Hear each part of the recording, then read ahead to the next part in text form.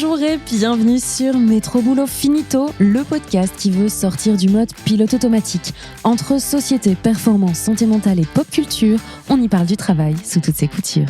C'est parti pour un nouvel épisode. Bonjour, j'espère qu'aujourd'hui vous êtes en forme parce que c'est parti pour l'épisode pop culture du mois et ce mois-ci, on va parler d'une série que j'adore.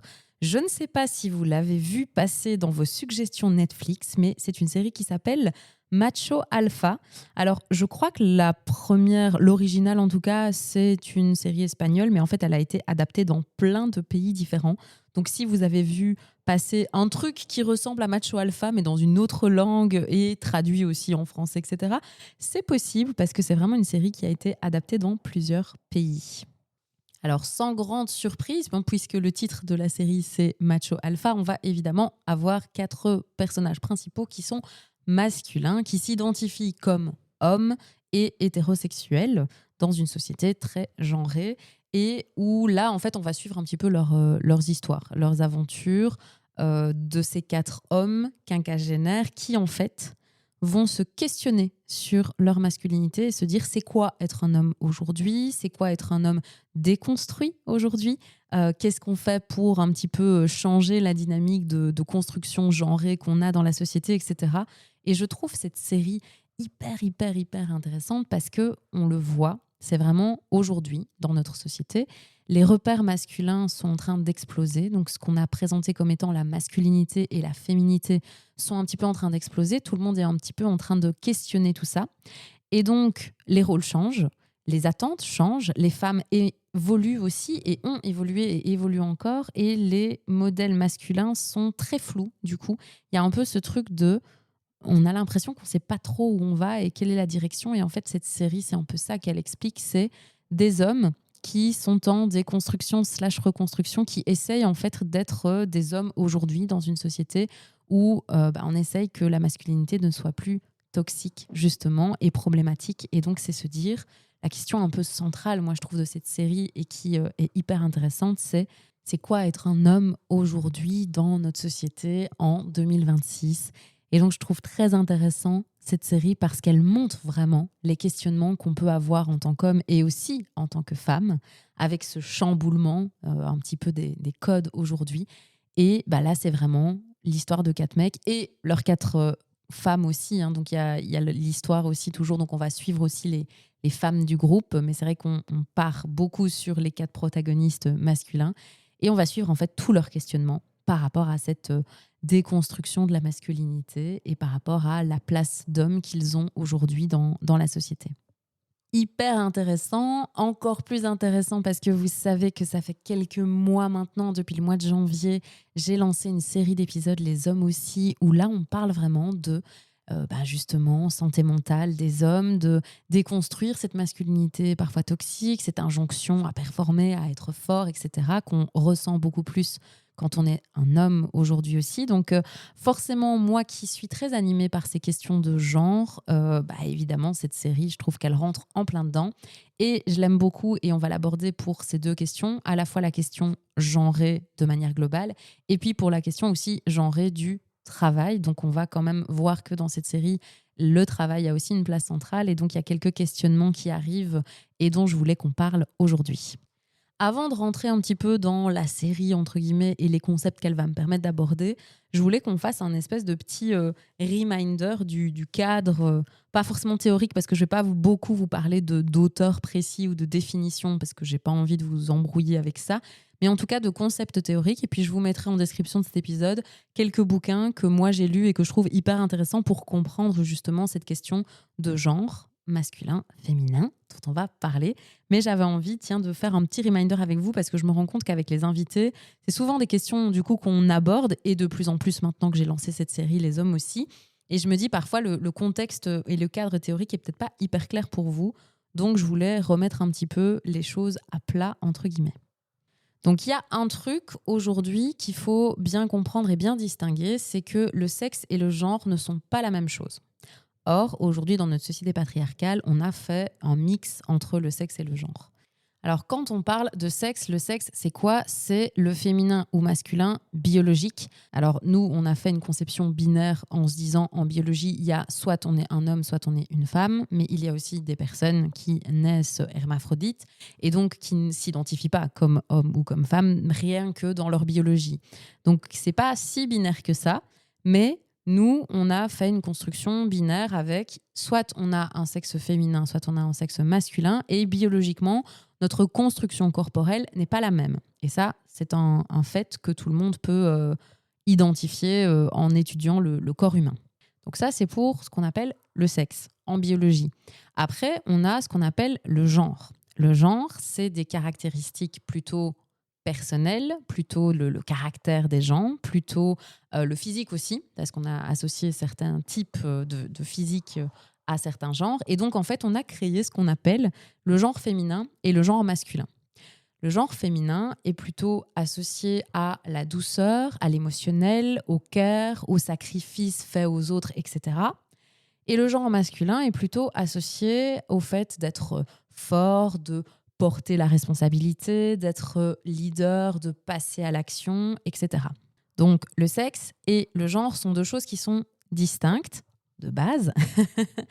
Et en fait, le genre, c'est une seule et enfin c'est deux faces d'une même pièce. Donc en fait, c'est dans les théories du yin et du yang. En fait, on a tous en nous cette dualité.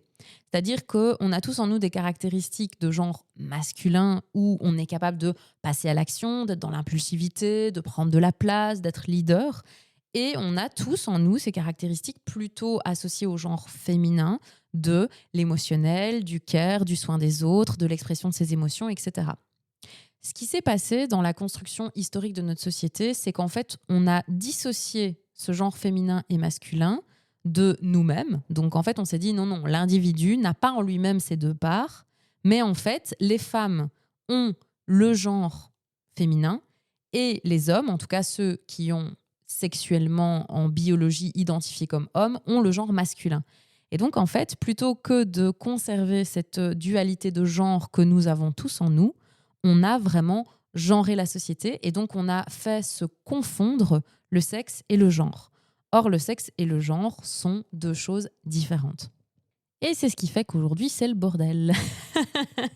Non, c'est ce qui fait qu'aujourd'hui, en fait, on se retrouve avec des injonctions à si tu es un homme de sexe masculin, alors tu dois être fort, passer à l'action, ne pas pleurer, etc. Et si tu es une femme, donc sexe féminin, alors tu dois forcément être dans le soin des autres, dans l'émotionnel, parler avec ton cœur plutôt qu'avec ta raison, etc. Donc forcément, les gens qui sont nés avec les deux sexes ou sans sexe ou avec un autre type de biologie que le sexe féminin ou masculin bien tranché, bah déjà pour eux c'est le bordel parce qu'ils se disent qui je suis là dans tout ça. Et puis c'est ce qui fait aussi qu'on a plein d'hommes et de femmes donc qui biologiquement, donc sexuellement moi je suis une femme et je m'identifie comme étant une femme et plein d'hommes qui sont des hommes sexuellement et s'identifient comme étant des hommes qui vont se dire mais attends. Moi, je suis une femme, mais je suis assez forte, je passe à l'action, je suis un peu des capacités de leader à certains moments. Et en même temps, bah, je peux aussi être dans l'émotionnel et tout. Donc, en fait, est-ce que ça fait de moi un homme? Est-ce que c'est... Et donc, en fait, on arrive à des trucs où parfois on se questionne soi-même et on se dit, mais attends, est-ce que je suis un homme ou une femme finalement? Parce que dans les caractéristiques genrées, masculines ou féminines, je ne me reconnais pas. Ce qui est assez drôle, c'est qu'en fait, en simplifiant l'humain, parce que clairement, dire les hommes donc de sexe masculin n'ont qu'un genre masculin, et donc ce côté être fort, etc. Et donc le genre féminin n'existe pas en eux-mêmes. Et inversement, dire aux femmes, bah, le genre masculin n'existe pas en vous, et vous, vous êtes juste avec vos émotions, etc.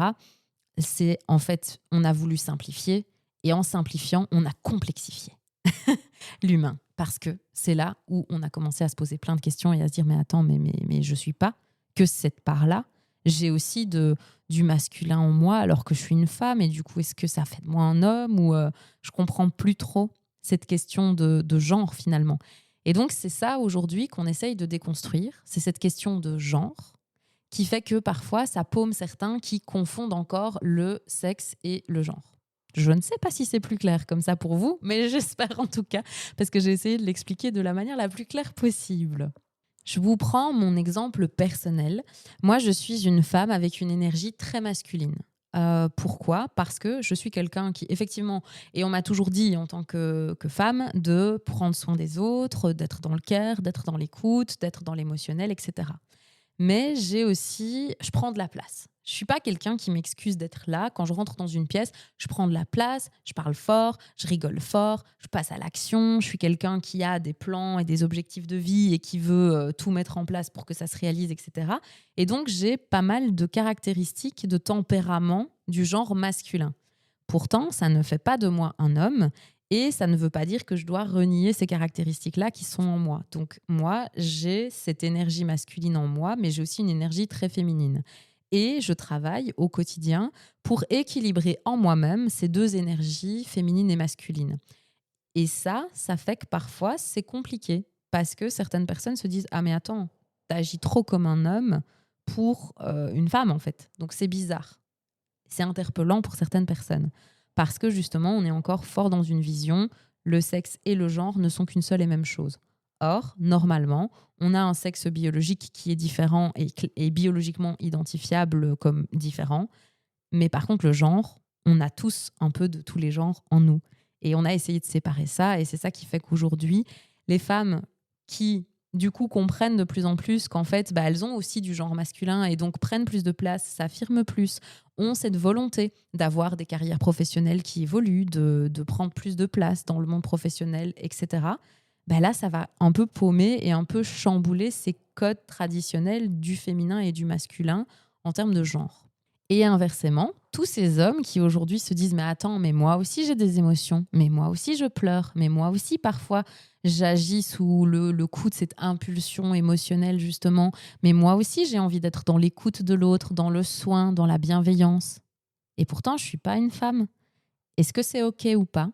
Et aujourd'hui, c'est ça qui sont les vrais questionnements, c'est se dire « Oui, en fait, c'est tout à fait OK parce qu'on a le droit d'être et l'un et l'autre. » Comme je le disais, en fait, on est tous deux faces d'une même pièce et on a tous toutes les caractéristiques en nous et on met nos curseurs plus ou moins loin. Et aujourd'hui, ce qu'il faudrait qu'on fasse tous et ce qui, je pense, des séries comme Macho Alpha permettent de questionner en tout cas, en nous montrant un petit peu les réflexions qu'on peut avoir, c'est d'arriver à retrouver chacun en nous cette polarité masculin-féminin et c'est de se dire, finalement, j'ai les deux en moi et comment est-ce que je mets mes curseurs. Donc, par exemple, moi, je sais que dans le milieu professionnel, je vais mettre plus mon curseur masculin en avant. Et donc, je vais être plus dans le côté j'ose, je prends de la place, j'affirme mes idées et je suis fort et je montre que je suis quelqu'un qui est capable d'endosser, qui a des épaules. Et puis, quand je suis dans mon contexte privé, là, je vais mettre mon curseur masculin un peu moins fort et je vais plus pousser mon curseur féminin en disant, là, je montre ma vulnérabilité. J'exprime aussi mes émotions, mes faiblesses, je dis quand ça va pas, je montre que finalement, oui, j'ai des épaules et que je peux porter, mais pas tout, et que j'ai aussi certaines limites. Et donc, en fait, je vais jouer aussi en fonction du contexte, en fonction de la situation, en fonction de la personne que j'ai en face de moi, avec ces curseurs masculins-féminins. Et c'est quelque chose que on doit tous réapprendre à faire aujourd'hui, puisque on nous a genré, on a dit t'es une femme alors t'es comme ça, t'es un homme alors t'es comme ça. Or, c'est pas le cas. Et aujourd'hui, c'est compliqué parfois pour tant les hommes que les femmes, je pense que c'est compliqué pour tous, d'arriver à comprendre que c'est une question de jouer avec ses curseurs plutôt que de s'identifier comme je suis d'un côté ou d'un autre. En fait, c'est une question de nuance plutôt que de polarité. Et je trouve qu'on est dans des sociétés qui tendent de plus en plus à se polariser. Et en même temps, je rencontre de plus en plus de gens qui veulent revenir à la nuance et à la complexité de l'humain. Et donc, j'ai espoir qu'on arrive à sortir de cette polarité à un moment donné. En tout cas, moi, c'est la société à laquelle j'aspire. Et je trouve que dans la série Macho Alpha, ça nous permet de questionner justement cette polarité. Et de voir que non seulement les rôles peuvent être inversés, mais surtout, on peut aussi retrouver en chacun ces différents modèles d'hommes et de femmes qu'on a un peu construits au fil du temps. Et dans la série, ce qui est assez drôle, c'est qu'on va voir qu'on a les personnages qui ont grandi avec certains modèles de justement, le masculin, c'est être fort, réussir, gagner de l'argent, ne pas montrer ses émotions, être le responsable de la famille, etc. Ce modèle-là, qui a longtemps été valorisé, aujourd'hui, forcément, on va le remettre en question. Et au travail aussi, parce que ce contexte-là, ce modèle-là au travail, il va induire de la compétition, de la domination et de la performance. Et là, on se dit, tiens, est-ce que c'est vraiment le modèle qu'on a envie d'adopter? Ce qui est hyper drôle dans la série, c'est qu'on voit que les personnages féminins qui veulent monter, entre guillemets, au sommet, vont aussi se mettre dans une posture plus masculine. Et donc, montrer que finalement, encore une fois, on revient à cette question de genre. Le genre, c'est pas dans nos veines, c'est pas biologique, donc c'est une construction sociale des choses. Et donc, en fait, en tant qu'homme ou en tant que femme, on peut tout à fait se montrer fort, intransigeant, etc. Et donc, là, on a des femmes dans la série où les rôles sont un peu inversés entre le masculin et le féminin et nous montrent bien que du coup, c'est une construction sociale et sociétale qu'on a fait de l'homme et de la femme. Et donc, c'est aussi une manière de déconstruire un peu tout ça que de nous montrer des rôles inversés dans la série. Et je trouve que ça fait réfléchir et je trouve que c'est très bien amené. On va pas se mentir. Moi, j'aime beaucoup cette série. Je vous prends un petit exemple pour représenter un peu le travail et les questions autour du travail dans la série. Encore une fois, on est sur ces questionnements de position homme-femme et genré aussi. Il y a un truc, c'est la question du harcèlement, par exemple, qui est abordée. Je pense que c'est Pedro, donc un des 4, je crois qu'il s'appelle Pedro de mémoire, protagoniste, qui se retrouve à un moment donné avec, je change d'entreprise et je me retrouve avec une femme au pouvoir. Donc, le boss est une femme et donc moi, je deviens employée, là où avant j'étais cadre. Donc, la situation est un peu inversée. Et en fait, là où avant, le harcèlement n'était pas du tout un problème pour lui, là, il va se rendre compte qu'en fait, sa boss est en train de lui mettre la pression, est en train de le harceler sexuellement et que c'est pas du tout OK et qu'elle a des comportements qui sont pas du tout normaux. Et c'est drôle du coup parce que nous, on voit une inversion genrée, là où d'habitude, et majoritairement, malheureusement, dans le monde du travail, les cas d'harcèlement sont plutôt du masculin vers le féminin. Ici, on voit une inversion. Et cette inversion, elle est intéressante pour 2 raisons. La première, c'est pour se mettre à la place de l'autre. Être un homme et comprendre ce que ça fait d'être harcelé, je trouve que c'est hyper intéressant. Vraiment, cette idée de se mettre en empathie avec l'autre, je trouve que c'est un truc que la série amène vraiment bien et dans plein d'autres exemples aussi, mais c'est celui-là qui m'a vraiment marqué. Et puis, d'un autre côté, ça nous permet intelligemment de déconstruire la question du genre. Là où je vous disais, le côté position de force, domination, etc., qui est souvent associé au sexe masculin, là, on voit c'est une femme qui le fait. Donc, quelqu'un qui s'identifie comme une femme en termes de sexe va avoir des caractéristiques du comportement genré masculin. Et donc, ça, c'est intéressant parce que ça nous permet aussi de se dire « Ah ben tiens !» Donc, ça veut dire que c'est pas en nous biologiquement, parce qu'on a souvent aussi cet argument pour le genre de dire « Oui, mais les femmes, l'émotionnel, c'est en elles, quoi. C'est un truc, c'est biologique. » Or, ça l'est pas vraiment. Alors oui, on a des choses qui sont des variations, notamment avec notre cycle. On fonctionne pas de la même manière biologiquement. Et donc, ça va influer aussi différemment sur nos émotions, certes.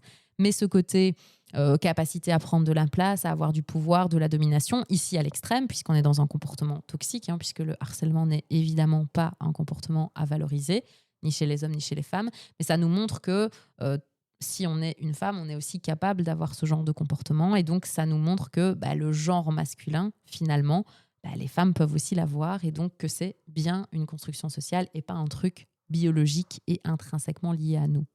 Il y a plein d'autres exemples dans la série où les comportements et les rôles sont inversés et où du coup, ça nous permet vraiment de nous mettre en empathie avec l'autre sexe, le masculin, le féminin, et de comprendre que la notion genrée binaire qu'on a construite, en fait, on pourrait totalement la déconstruire. Et puis, il y a un autre truc aussi qui est hyper intéressant dans la série en termes de questionnement du travail, c'est la position de la femme au travail, puisque là, on a des femmes qui prennent de plus en plus de place, qui vont être leaders, qui vont être influenceuses, qui vont devenir actrices, comment est-ce qu'on est soutenu par ses proches, etc. Et donc, ça aussi, je trouve que c'est des questionnements qui sont intéressants à aborder aujourd'hui dans notre société et de comprendre un peu comment est-ce qu'on peut coexister en tant qu'homme et en tant que femme aujourd'hui dans un monde du travail ensemble qui fait sens et dans lequel on ne se sent pas toujours dans une position de dominant-dominé, etc. Donc vous l'aurez compris, cette série, moi, je l'adore parce que je trouve qu'elle nous permet vraiment de déconstruire la masculinité et la féminité et les questions de genre, de nous poser plein de questions et surtout, de nous montrer que on est tous en questionnement aujourd'hui par rapport à ces notions qui sont en train de changer et par rapport à ces jeunes aussi qui ont envie d'évoluer, de sortir de ces genres très binaires. Et donc là, je trouve que c'est vraiment une série qui nous met en empathie, en fait, je trouve, les uns avec les autres, pour comprendre un petit peu qu'en tant qu'homme, ça nous paume aujourd'hui toutes ces questions. Et parfois, le féminisme est quelque chose qui nous paume complètement en tant qu'homme, et inversement, en tant que femme, parfois, on ne se met pas assez à la place des hommes non plus aujourd'hui, qu'on est en train de chambouler de tous les côtés. Et donc, je trouve que c'est hyper intéressant parce que c'est vraiment une série qui nous met en empathie avec les questionnements des uns et des autres par rapport à justement tout ce qui est en train de changer aujourd'hui dans la société et toute cette déconstruction qui est en train de se faire et qui, moi, je trouve est hyper nécessaire, mais encore très floue pour certains. Je ne vais pas faire plus long, je vais vous laisser méditer sur la question, mais par contre, je vais vous mettre en description de cet épisode quelques livres sur les questions de genre, de masculinité, de féminité qui, moi, m'ont vraiment été hyper utiles et qui m'ont permis de comprendre mieux ces notions. Je vous ai dit, j'avais envie de faire un épisode un peu discussion et pas trop théorisé, mais en tout cas, si vous voulez un peu mieux comprendre et aller plus loin, je vais vous mettre en description quelques bouquins que moi, j'ai adorés sur le sujet. Et j'espère que ça vous fera aussi réfléchir. J'espère que vous avez compris la différence entre le sexe et le genre et que vous avez un petit peu compris ce que j'ai essayé de vous expliquer à travers cet épisode. J'avais dit qu'il ne ferait qu'un quart d'heure et j'ai fait 6 minutes de trop. Donc, c'est le bon moment pour vous laisser. Je vous dis de prendre bien soin de vous et puis nous, on se retrouve la semaine prochaine pour un nouvel épisode.